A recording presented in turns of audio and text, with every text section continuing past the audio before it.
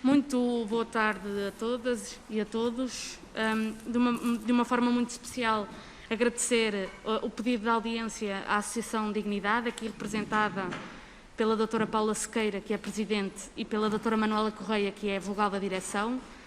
De facto, nós iniciámos este trabalho em especialidade de discussão de 5 projetos de lei relativamente à residência alternada e, portanto, neste processo de especialidade estamos, de facto, a ouvir um conjunto de entidades e personalidades que demonstraram interesse e afetividade pelo tema. E, nessa medida, resta-me agradecer também a vossa disponibilidade e a vossa iniciativa em querer participar de forma ativa na discussão destes projetos. A metodologia que nós adotamos para estas audições, eu darei 10 minutos para uma intervenção inicial que cabe à Associação Dignidade. Os grupos parlamentares farão as perguntas que entenderem em função da vossa intervenção inicial e então, no final, dar-vos-ei a palavra para responder essas perguntas e para fazer a conclusão e a síntese daquilo que hoje, no fundo, vos traz aqui. E sem mais demoras, eu passo a palavra à doutora Paula Sequeira, que é Presidente da Associação, para... Sim, e se entender dividir o tempo também não há problema nenhum, podem gerir da forma que entenderem. Eu dou-lhe então a palavra e agradeço uma vez mais a sua presença. Obrigada e agradeço desde já receberem-nos novamente aqui na primeira comissão, especialmente neste grupo de trabalho sobre a residência alternada, que é um tema, enfim, no qual temos trabalhado e no qual temos bastante interesse em participar neste processo legislativo. Eu vou passar a palavra à minha colega, a doutora Manuela Magalhães Correia, que iniciará a intervenção e depois eu terminarei. Tem a palavra a senhora doutora Manuela Correia, força. Muito boa tarde a todas, a todos. Antes de mais, em meu nome e em nome da Dignidade, agradeço a hipótese de estarmos aqui e eu queria apenas fazer aqui um pequeno apanhado sobre esta questão e quais são as nossas razões pela não concordância quanto à presunção da residência alternada. Portanto, supostamente, a ideia que está subjacente à questão da residência alternada é uma repartição equitativa do tempo da criança entre os pais. Ora, o que não é a mesma coisa que dizer que a rotina em que os filhos convivem com ambos os pais, quando eram casados, se deva manter. Portanto, a ideia aqui seria que, pese embora o casamento tenha terminado, as rotinas dos filhos com ambos os pais deviam manter-se atendendo às circunstâncias, como é óbvio. Bom, se nós sabemos que a experiência nos diz que há uma dificuldade de manutenção das rotinas no dia-a-dia, enquanto as famílias ditas estruturadas, relativamente às tarefas, aos horários, às exigências profissionais de ambos os pais, etc, etc, etc. A ideia da residência alternada, quando funciona, é excelente, é maravilhosa. É uma ideia maravilhosa e para a criança é excelente. Agora, temos que descer à terra e pôr os pés no chão. Portanto, a residência alternada é uma realidade que aqui se apresenta versus idealidade, ou seja, o que seria ideal, a maior parte das vezes não é a realidade. Ou seja, esta dinâmica de que falei anteriormente, que existe quando os filhos vivem com ambos os pais, já não é fácil por si só, torna-se muito mais complexa quando estamos a falar da residência alternada. Portanto, porque exige um constante empenho e um permanente exercício de altruísmo em que as divergências têm que ser postas de parte. E isto só se consegue quando as pessoas estão de boa vontade a fazer uma coisa. Portanto, isto é completamente incompatível por uma imposição pelo Tribunal. E aqui estamos só a falar nos casos que chegam a Tribunal, que são poucos, graças a Deus. Porque há muitas situações de residência alternada que são conseguidas na conservatória. Ora bem, e o que é que isto exige? Exige que ambos os pais acordem nas rotinas, comunicação constante, organização e planificação, maior disponibilidade para se articularem um com o outro e isto num esforço conjunto e constante no superior interesse da criança. Depois temos aqui outra questão que a nossa lei ainda não acertou, que é a questão dos tribunais de família terem uma tendência enorme para separar as questões familiares das questões criminais, quando muitas vezes as regulações das responsabilidades parentais correm ao mesmo tempo de processos de violência doméstica e outros processos de crime que acontecem em contexto familiar e que sabemos todos, ou pelo menos quem faz do direito a sua vida, como é o meu caso, é muito difícil fazer a prova. Para além, já não estou sequer aqui a falar das questões dos arquivamentos, das absolvições. Pronto. Além do que, o Tribunal de Família, ao separar as questões criminais, viola constantemente o artigo 31 da Convenção de Istambul, que Portugal ratificou em 2013. Portanto, e se no Tribunal de Família nós temos o princípio do indúbio pro filius, que é, na dúvida, proteja-se a criança, no outro caso, nos tribunais criminais, temos o princípio da presunção de inocência e do indúbio pro réu, como todos sabem. Ora bem, portanto, aqui, não articulando estas duas situações, a criança não é protegida. Não é protegida porque a ideia subjacente que temos agora nestas propostas de lei é a igualdade dos pais, a necessidade de acompanhar a evolução das sociedades, que é tudo ótimo quando as coisas funcionam. Agora, estamos a cair no erro de impor indiscriminadamente a residência alternada em vários tribunais. Eu sou advogada, faço-me direito de família e vejo situações completamente surreais neste campo.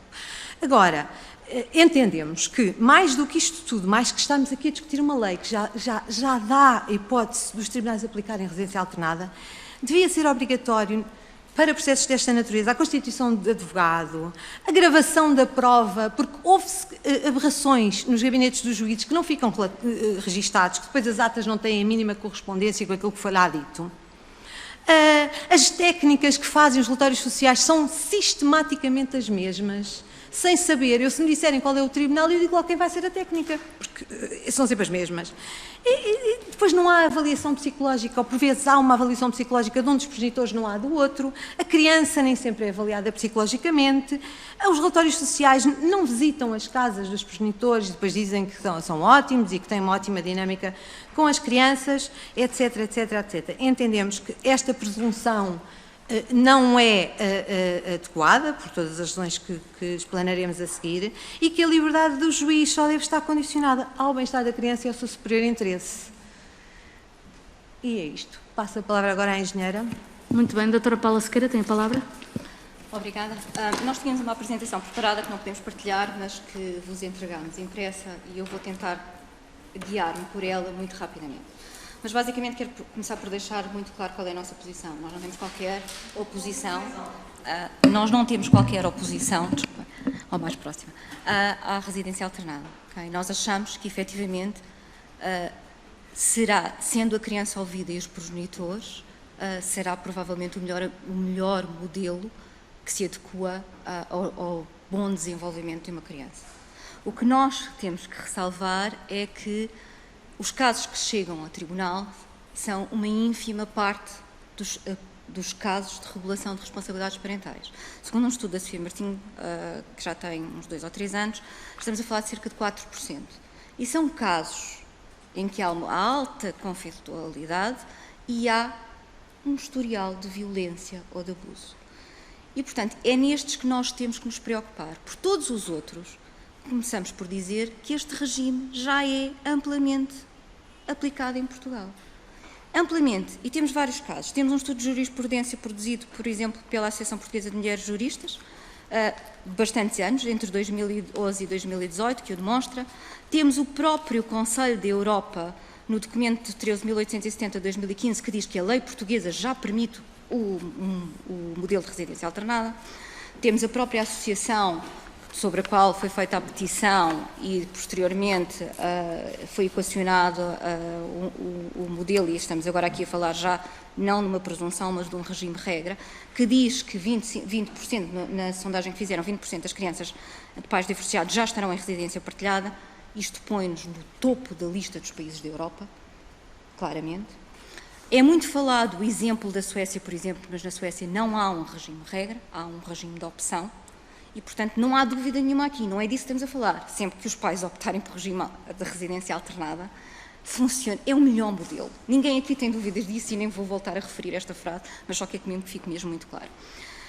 Temos um acordo no Tribunal de Relação de Coimbra, que refere isso novamente, a dizer que a passagem pela jurisprudência dos tribunais superiores conclui que já é a posição dominante à admissibilidade da guarda compartilhada inclusivamente por imposição do Tribunal, mesmo na falta de acordo entre os pais, porque quando ambos pertencem à residência excluída. Portanto, mesmo os casos em que não há acordo já estão a ser definidos. E depois temos, inclusive, as respostas desta primeira Comissão de Assuntos Constitucionais, Direitos, Liberdades e Garantias, em 2016, a outra petição que já tinha chegado aqui e que refere exatamente isso, que a nossa lei já o contempla. Na verdade, o problema que nós temos é precisamente o oposto. Nós já temos um número elevadíssimo de residências alternadas que são aplicadas sem terem em consideração o risco para as vítimas. Eu falo de crianças ou progenitores, e sim, progenitores na maioria mães, porque nós sabemos que a violência doméstica, a maioria das vítimas são mulheres. Não adianta falarmos sem género, porque a violência doméstica tem género. E não somos só nós que o dizemos, que o problema é atual, é o oposto. Temos o relatório de 2015 da CEDAW, da ONU, temos o relatório de 2019 do Grevio, e tem aí exatamente as citações. Na verdade, a maior parte das decisões de responsabilidades parentais faz-se nas conservatórias e por acordo. Portanto, nós temos que pensar que aqueles que chegam a tribunal não podem estar sujeitos a um regime de regra. Não podemos pôr uma vítima que está numa posição de fragilidade e que chega a um tribunal de família sem advogado e destruturada, porque quando uma vítima sai de uma relação de violência, chega destruturada ao tribunal de família. E em risco, porque todos sabemos que o risco é exponencial quando se opta pela separação. E muitas vezes os filhos são o último reduto do agressor, são o último exercer de poder sobre a vítima. E é sobre estes casos que chegam ao tribunal que não podem chegar com um regime-regra. Um regime-regra na nossa lei é completamente desajustado para estes casos. Todos os outros chegam lá por acordo, não precisam sequer, já está na lei, já é amplamente utilizado. Nós temos aí exemplos, temos uma citação da doutora Isabel Stila e do doutor Eduardo Sá, onde diz isso claramente, que já existem, aliás, tribunais cuja prática de alguns magistrados faz com que, mesmo não existindo condições objetivas para que uma guarda conjunta com residência alternada se dê, entendem por sistema decretá-la sem medirem as consequências amigas do perigo. Temos... Conclui-se só esta intervenção inicial, por favor. Relativamente aos estudos, eu não quero deixar de concluir, e tem aí exemplos concretos de documentos, de atas, onde é definido residências alternadas com condenados por violência doméstica e são forçadas visitas, porque do momento em que um condenado, imaginem, um condenado por violência doméstica, a prisão efetiva neste país já é uma agulha no palheiro. Mas desde o momento em que ele é condenado até entrar na prisão, vão anos, até efetivamente, porque obviamente toda a gente tem direito a recorrer e tem direito a todos os passos da justiça. E, portanto,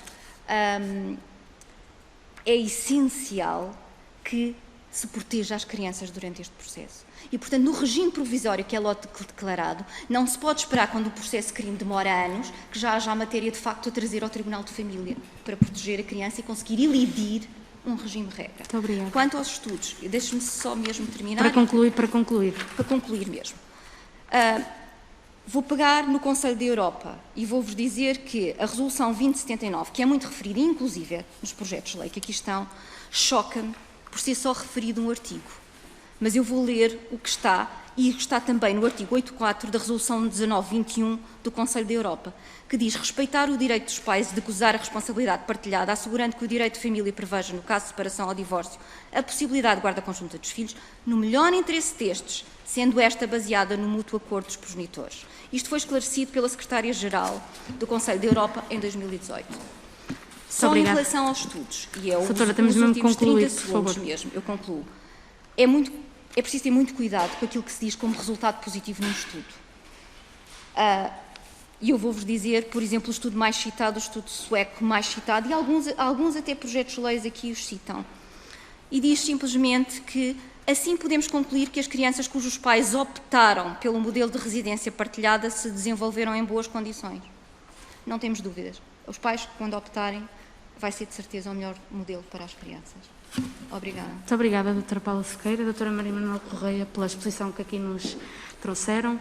Então, seguindo aquilo que está determinado para o funcionamento da nossa audiência, eu dou a palavra à senhora deputada do Grupo Parlamentar do Partido Socialista, Isabel Rodrigues. Tem a palavra, senhora deputada.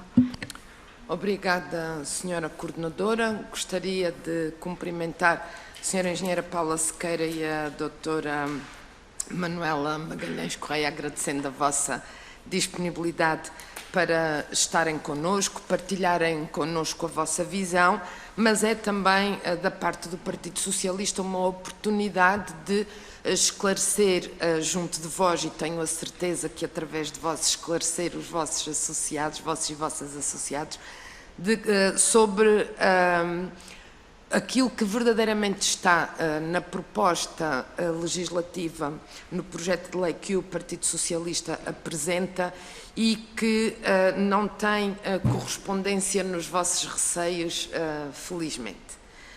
Eu percebo quando referem que não pode haver uma imposição nem uma presunção de residência alternada.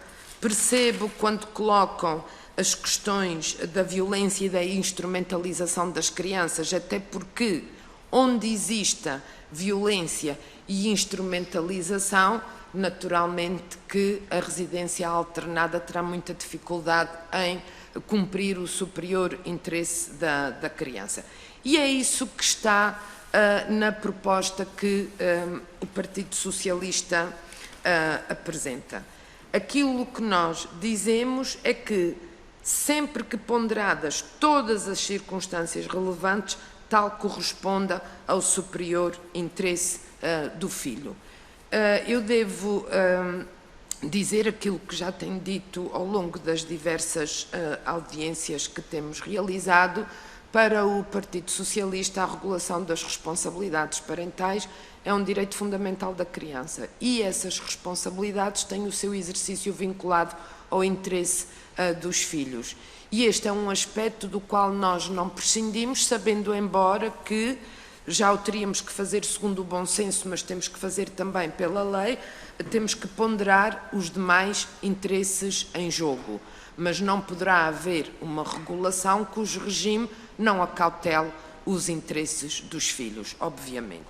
E, portanto, entendendo as preocupações que colocam, entendo que a nossa proposta, ao fazer depender desta circunstância, acautela essas questões. Eu gostaria também de referir-vos que percebo muitos dos aspectos críticos que mencionam relativamente ao funcionamento dos tribunais.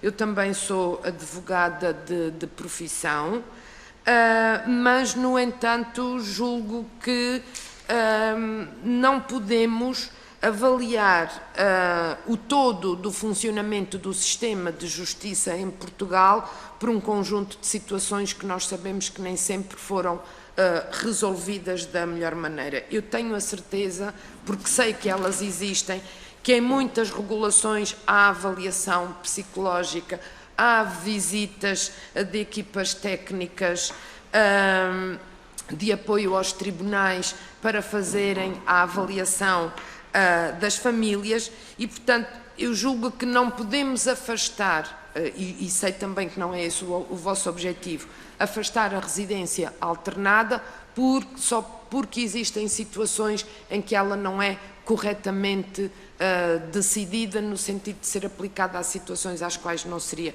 indicado. O que temos que fazer é continuar a trabalhar para melhorar a administração de justiça e para melhorar a qualidade do serviço que o sistema de justiça presta aos cidadãos, na minha modesta opinião. Para concluir, Sra. Deputada? E concluo só com uma referência, se me permite, Sra. Coordenadora. A Sra. Engenheira referiu uma das considerações da Resolução 2079 do Conselho da Europa. Na parte resolutiva, digamos assim, exatamente onde a Assembleia insta diretamente os Estados-membros, no ponto 5.5, aquilo que é dito é introduzir na legislação o princípio da residência alternada depois da separação, limitando as exceções aos casos de abuso infantil ou negligência ou violência doméstica, ajustando o tempo em que a criança vive na residência de cada progenitor em função das suas necessidades e interesses. Eu penso que a proposta do Partido Socialista vem ao encontro disto, uma vez que não impõe nenhuma presunção, não impõe nenhum regime, mas de facto convida a que se olhe mais para a residência alternada do que muitas vezes se olha. E tem uma outra questão que é também importante. Mesmo para concluir, Sra. Deputada, já muitas vezes, quando um dos progenitores se opõe apenas porque não quer que o outro usufrua do tempo de convívio dos filhos, a solução que nós apresentamos permite também obstar a isto. Agradeço a tolerância da Sra. Muito obrigada, Sra. Deputada. Seguindo a ordem estabelecida, dou então a palavra à Sra. Deputada Mónica Quintela, do Grupo Parlamentar do PSD. Tem a palavra, Sra. Deputada. Muito obrigada, Sra. Coordenadora. Cumprimento as representantes da Associação Dignidade. É com muito gosto que as recebemos aqui e foi com muita atenção que as ouvi. E proferiram aqui palavras com o peso do conhecimento da realidade dos tribunais e da situação e, obviamente, que nós, legislador, não podemos ficar alheios àquilo que aqui nos dizem. Conhecem, com certeza, são uma associação, portanto, que se tem dedicado a estas questões, conhecem, com certeza, os projetos, as propostas de lei que estão em cima da mesa, conhecem, com certeza, a proposta de lei do PSD. Nós somos contra qualquer presunção, privilégio, princípio ou regime preferencial, porque cada caso é um caso. A vida das crianças não se compadece com qualquer convite ao decisor para optar por uma decisão mais fácil, porque nós sabemos que quando está estabelecido na lei que determinada decisão deve seguir e ou deve apontar neste caminho, quanto mais não seja, há uma tendência natural para assim ser. Sabemos também, a doutora é advogada, eu também sou, sabemos também que a tramitação processual do regime do processo tutelar civil contempla na fixação provisória das responsabilidades parentais a obrigatoriedade dos tribunais agora, e ainda bem, fixarem um regime provisório. Nestas fixações provisórias, como a doutora disse, e muito bem, não é obrigatória a constituição de advogado, porque desde logo estamos perante processo de jurisdição voluntária, que é uma coisa que nós concordamos e que efetivamente devia ser obrigatória a constituição de advogado para proteção do cidadão. E por isso o cidadão e a cidadã aparecem desprotegidos com todo o evento estressante que é uma conferência de pais, que na esmagadora maioria das vezes se faz no gabinete dos senhores juízes, num espaço em que o Ministério Público partilha a mesma secretária do magistrado, que em vez de haver aquela até independência do curador de menores, não, porque é sempre o mesmo magistrado do Ministério Público a trabalhar com o mesmo magistrado judicial, portanto, um diz mata, outro diz esfola. Quem conhece as realidades sabe que isso acontece e muitas vezes há determinadas ideias pré-concebidas, como as alienações parentais por parte das mães, e há tendência para, sobretudo para que, não é tendência, o próprio regime está assim. Se não se conhecem as circunstâncias, como é que se pode decidir bem? Se a parte não tem voz, e quando não tem um advogado, se não tem voz, como é que pode decidir bem? Não pode. Portanto, como é que o Tribunal... E o que vai sair dessas fixações provisórias, e é isso que nos preocupa muito, e por isso é que a proposta de lei do PSD é que se clarifique aquilo que já existe na prática e que todos nós conhecemos, é que o Tribunal, sempre que tal assim aconselhe, e em salvaguarda do superior interesse da criança, e não como instrumento de igualdade de género, porque não é esta a sede própria da igualdade de género, aqui interessa o superior interesse da criança, que possa fixar a residência alternada. O bom é inimigo do ótimo, dizemos isto muitas vezes. Portanto, o bom e o ideal, efetivamente, é que a criança seja feliz e que não se divorcie dos pais. A relação homem-mulher divorciou-se, mas dos pais não. E por isso, se for possível, claro que isso é o ideal, é que esteja numa situação de residência alternada e que as coisas corram bem. Mas a prática não nos diz isto. Também uma nota para lhe dizer que concordo quando referem a questão da gravação da prova. Hoje, e só após uma alteração, salvo erro, em 2013, foi exatamente com a última alteração ao processo civil, é que os julgamentos em matéria de família se passaram a gravar. Porque até aí os julgamentos não eram gravados. E hoje são gravados os julgamentos. As conferências não são gravadas, é no final, é lavrada a ata, e quando são no gabinete dos juízes, portanto, também não são lavradas. Para concluir, Sra. Deputada. Muito obrigada. Faz a ata por súmula, não é? Portanto, aquilo que acontece. Também para dizer que as equipas técnicas, como referiram, são poucas, não têm meias, e na maioria das vezes fazem consultas de gabinete. E eu tenho dito isto muitas vezes, não só nas responsabilidades parentais, mas também em termos da LTE, da Lei Tutelar Educativa, em que em vez de irem ver como é que as crianças estão no meio natural de vida, são as crianças, são os jovens e as famílias destruturadas que têm que ir aos gabinetes das senhoras técnicas, porque elas não se conseguem desdobrar mais, para dizer como é que as coisas estão a correr. Portanto, não se consegue observar. Tudo isto para vos dizer que compreendemos e acolhemos as preocupações, que conhecemos o terreno, não obstante, muitas das vezes, ser possível fixar uma residência alternada sem o acordo dos pais. Muito obrigada, Sra. Deputada. Portanto, isso pode ser possível, desde que essas condições...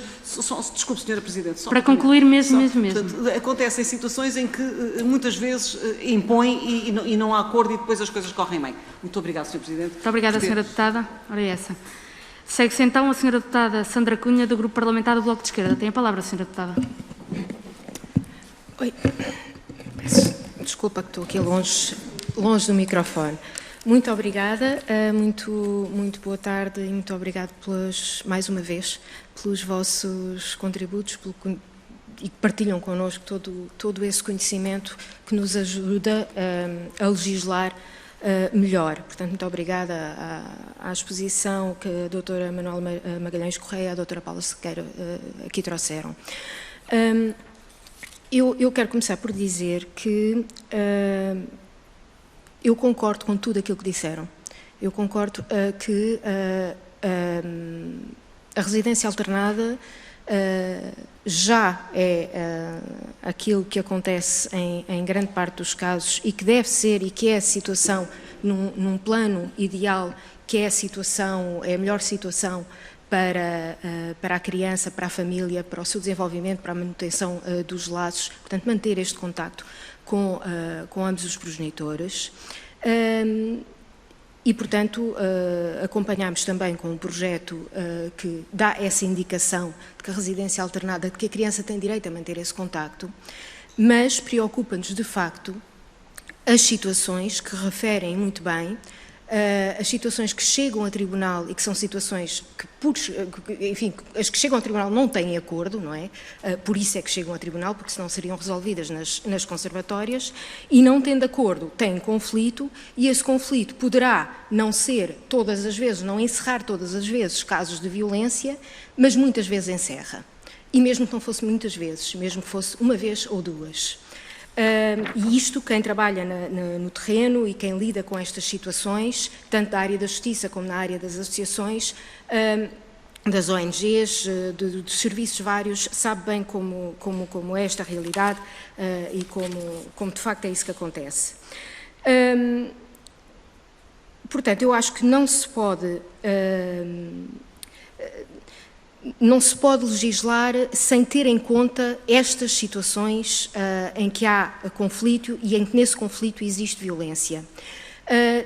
Aquilo que se diz é que já está, enfim, há muitos argumentos que dizem que já estão salvaguardadas as situações de violência, quando há situações de violência doméstica na regulação das responsabilidades parentais. Mas o facto é que o Grevio, e o relatório de há bem pouco tempo, de 2019, é um grupo de peritos internacionais de várias áreas que faz esta análise em vários países, em vários Estados que ratificaram a Convenção de Istambul e que alerta precisamente para isto, porque perceberam que no terreno, na prática, ainda que exista legislação que diga atenção às situações de violência na regulação das responsabilidades parentais, a verdade é que alguma coisa está a falhar, porque ela se calhar não está claro, e se calhar nós temos que dar alguma indicação e algum reforço para cautelar as situações de violência doméstica. A senhora deputada do Partido Socialista já disse várias vezes e voltou agora a dizer que não se pode deixar de legislar para a residência alternada só porque há situações em que ela não é corretamente aplicada. No Bloco de Esquerda nós consideramos que são precisamente essas situações que têm que ser acauteladas. Nós não podemos legislar ignorando essas situações, porque infelizmente não são situações quaisquer, são situações que implicam violência e que implicam muitas vezes a morte de vítimas várias, na maioria das vezes mulheres, mas muitas vezes também os avós, familiares vários e até as crianças. Portanto, estas situações têm mesmo que ser acauteladas. Portanto, no projeto do Bloco de Esquerda tentou acautelar essas situações e, sinceramente, vou já terminar, digo com toda a humildade a todos os grupos parlamentares, poderá não ser a melhor redação, poderá não ser a solução mais adequada e que estamos abertos aos contributos e a outras soluções que possam surgir de outros grupos parlamentares para melhorarmos esta proposta de acautelamento em relação a estas situações da melhor forma possível, porque acho que é mesmo importante. Não podemos legislar sem ter em conta estas situações. Portanto, muito obrigada mais uma vez pelo vosso conhecimento, pela vossa partilha, que eu, enfim, já vou conhecendo, porque já vamos falando e até aqui já foram ouvidas aqui algumas vezes. Muito obrigada pelo vosso contributo. Muito obrigada, Sra. Deputada. Pela ordem estabelecida, dou a palavra à Sra. Deputada Inês Sousa Real, do Grupo Parlamentar do PAN. Tem a palavra, Sra. Deputada. Muito obrigada, Sra. Coordenadora. Antes de mais, apresentar as minhas desculpas aqui às representantes da Associação por não ter estado desde o início, mas como terminámos ainda há pouco o plenário, tornou-se um bocadinho complicado estar logo de seguida na audição. Dar nota que, em relação à proposta do PAN, tendo em conta que existe aqui a necessidade de harmonizar alguns interesses, achámos que seria razoável salvaguardar aquelas situações que, pese embora não sejam as situações que possam estar em causa a quando daquilo que é a necessidade de salvaguardar a possibilidade da residência alternada ou quando existe consenso entre os progenitores. Portanto, essas situações, naturalmente, já existe uma mediação natural desses processos e essas sim seriam as situações desejáveis. Contudo, daquelas que possam ser situações mais conflituantes, em que haja separação, mas é pior ainda, em que possa existir aqui uma franja de situações em que haja violência doméstica, contexto de violência doméstica ou de abuso infantil, precisamente para salvaguardar que o superior de interesse da criança está sempre, de alguma forma, respaldado pela legislação.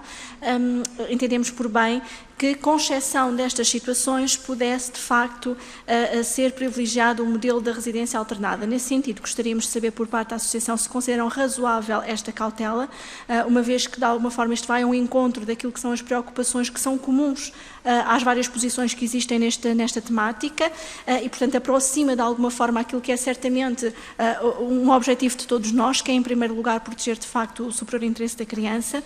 Da vossa percepção, queríamos também percepcionar se de facto entendem que no caso do regime de privilegiar o modelo da residência alternada, se de alguma forma têm a percepção que isso possa ajudar a mitigar potenciais conflitos entre os progenitores, também do ponto de vista daquilo que possa ser a salvaguarda do interesse da criança em situações como a tenridade ou questões de saúde. Parece-nos que, de alguma forma, aquelas que são as propostas que estão em cima da mesa, de alguma forma, já acautelam essa circunstância, mas queríamos perceber qual a leitura que fazem também das propostas aqui em discussão e se, de algum modo, existe ainda algum tipo de medida ou de procedimento que considerem que fosse importante constar destes diplomas, tendo em conta que, não obstante eles serem articulados com o resto do ordenamento jurídico, nomeadamente naquilo que tem a ver com a proteção de crianças e jovens ou também com os contextos de abuso ou de violência, pode haver aqui algum aspecto que considerem ainda relevante, de alguma forma, estar acautelado. Para nós parece-nos fundamental que se deem alguns passos no sentido de alguma forma diminuir aquilo que possa ser a litigância de facto entre os progenitores, de garantir também uma maior partilha das responsabilidades parentais e também da própria igualdade de género. Não nos podemos esquecer que até no seguimento daquilo que foi o contexto da Covid-19, que as mulheres também têm estado de alguma forma mais prejudicadas naquilo que possa ser a necessidade de acompanhamento à família. Já existem até notícias que vêm dar nota de que há alguma resistência na contratação, porque precisamente acabam por ser as mulheres que acabam por assumir maioritariamente estas responsabilidades parentais. Portanto, tendo em conta estes diferentes fatores e tendo em conta que muitas das vezes acaba por ser de facto o género feminino a assumir na sua grande maioria estas responsabilidades, mas não descurando aquilo que deve ser sempre o nosso principal norte, que é o superior interesse da criança, gostaríamos de facto de vos ouvir um bocadinho em relação a estas preocupações e se entendem que assim desta forma conseguimos dar por um lado voz àquilo que é a justa preocupação em que haja uma maior partilha das responsabilidades, mas por outra cautelar sempre que noutras circunstâncias que infelizmente persistem ainda no nosso país conseguimos proteger os menores. Muito obrigada. Muito obrigada, Sra. Deputada, pelo escrupuloso cumprimento do tempo. E para terminarmos esta ronda, eu dou a palavra à Sra. Deputada Joacine Catar Moreira. Tem a palavra, Sra. Deputada. Sim, senhora. Portanto, eu iria por dar os meus cumprimentos e referir que a Associação Dignidade escolheu exatamente o nome ideal, não é?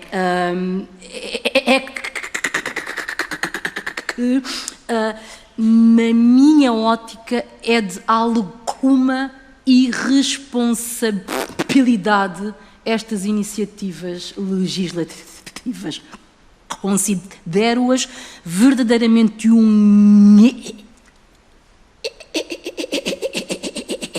erro, especialmente porquê? Porque a atual legislação acautela a opção de residência alternada. Portanto, a atual legislação não afasta a hipótese de se instituir a residência alternada nas situações que os tribunais consideram de que ela efetivamente é útil, necessária e tem um ambiente necessário.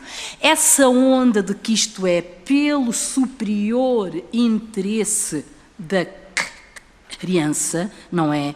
Eu acho que isto é um elemento que nos une, independentemente das nossas ideologias, e é um elemento que igualmente une todos os legisladores, juízes, etc., instituições, entidades, associações. Só que neste ambiente específico e nesta área específica não está em causa unicamente o superior interesse da criança, não é? O que está aqui em causa é usar a ideia do superior interesse da criança para efetuar uma legislação que a nós nos dá a ideia, efetivamente, de que ela é a ideal, porque ela vai incitar a uma maior igualdade, uma maior responsabilidade, mas o facto é, tal e qual eu já referi na última audiência, meter a criança enquanto elemento central vai nos exigir entender se estaremos a metê-la num ambiente de afetividades ou se vamos metê-la no centro dos conflitos, de hipotéticas violências e de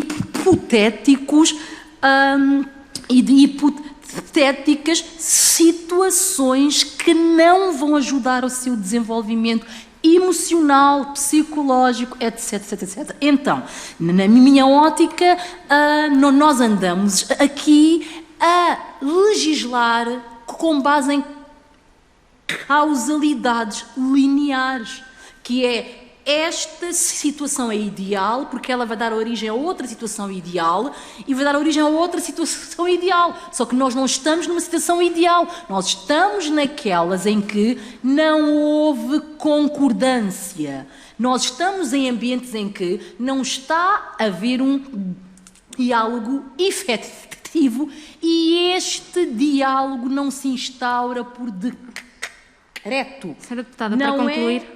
Sim, senhora. Não é uma legislação igual a esta que irá acautelar as várias situações de violência e de abuso infantil. Portanto, eu acho que, ouvindo as organizações, ouvindo as entidades, ouvindo as ONGs, é hora de estas iniciativas iniciarem a ter uma outra reflexão, porque se isto andar, não é?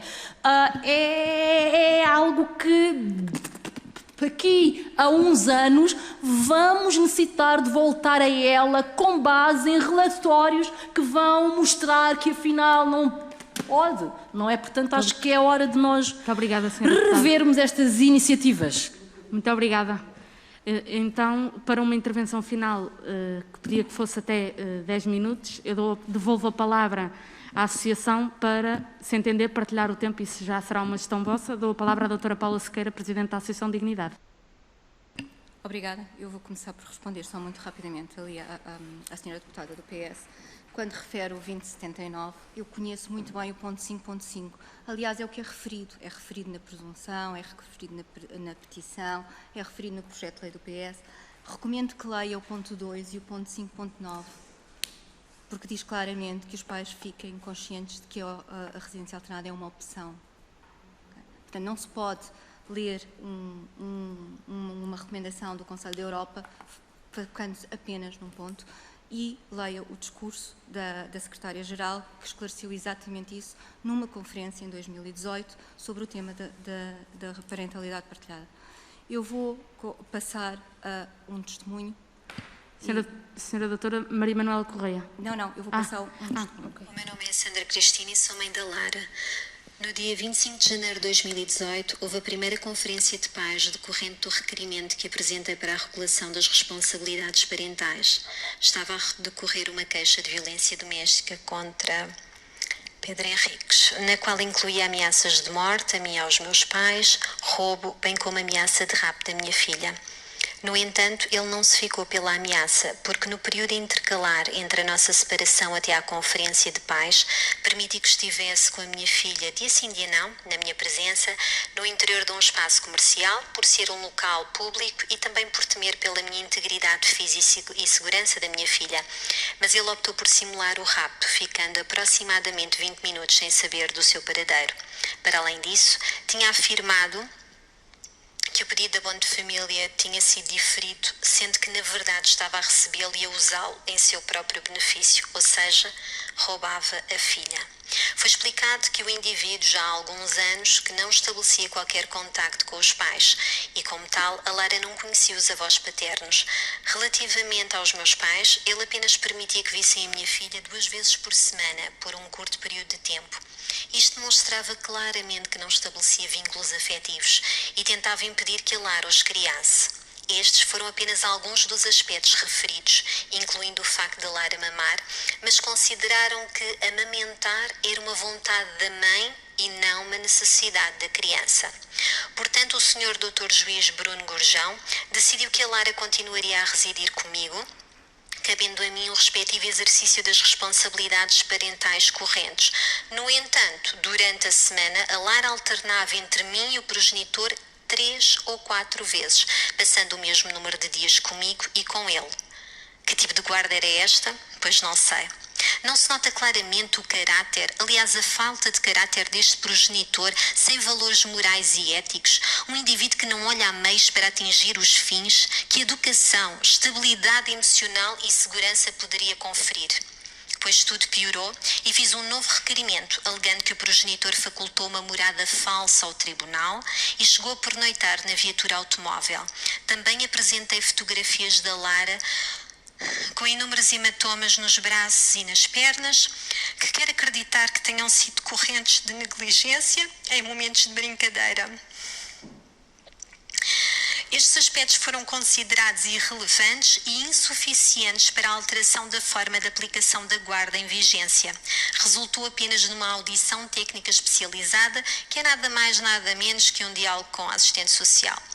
No que diz respeito ao facto de alertar que sempre que lhe entregava a minha filha ela chorava e que quando se tratava do inverso isso não acontecia, o Sr. Dr. Juiz respondeu-me que as crianças quando vão para o infantário também choram. Desvalorizou os sinais revelados. Se uma criança passa ao mesmo tempo com a mãe, com o progenitor e chora quando vai para um deles, isto é um alerta, uma chamada de atenção de extrema relevância. No entanto, Pedro Henriques, nas conferências de pais, apresentava uma aparência cuidada, um discurso assertivo, coerente e convincente. Mas uma criança não vive de discurso ou de aparências. Vive de amor, afeto, alimentação adequada, rotinas e segurança. O regime de residência alternada claramente deve ser uma opção e não um regime regra. Os juízes devem aferir a veracidade dos argumentos apresentados. Neste tipo de situações, devem de atribuir a guarda única provisória para um dos progenitores até que os factos sejam apurados. Devem exigir prova da residência atual e avaliar presencialmente as condições de habitabilidade dos dois progenitores, bem como a relação que a criança estabelece com cada um. A Lara já não se encontra entre nós, porque a 5 de fevereiro de 2019 foi asfixiada pelo progenitor.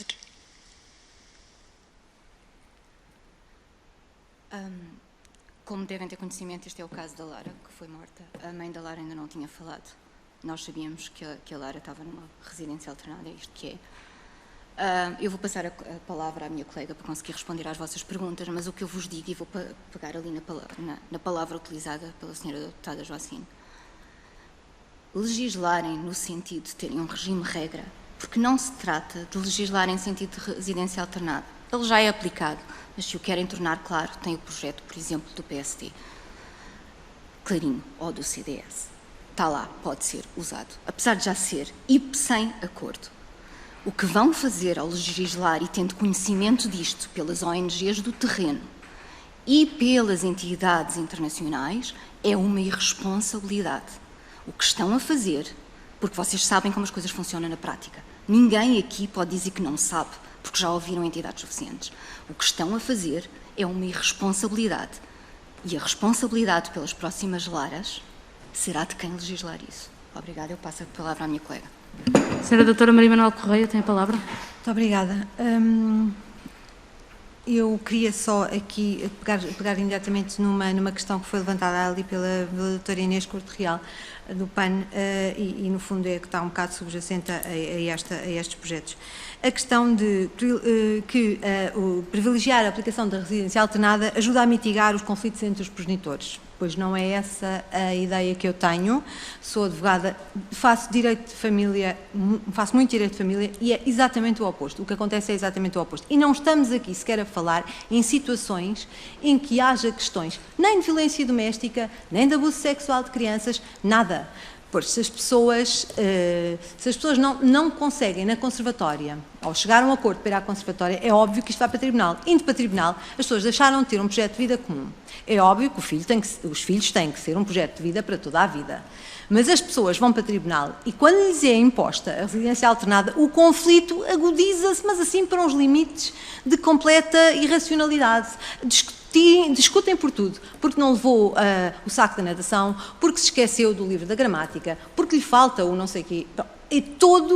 Toda e qualquer questão é logo para agredir o outro progenitor. E isto vai-se agudizando, e a criança no meio.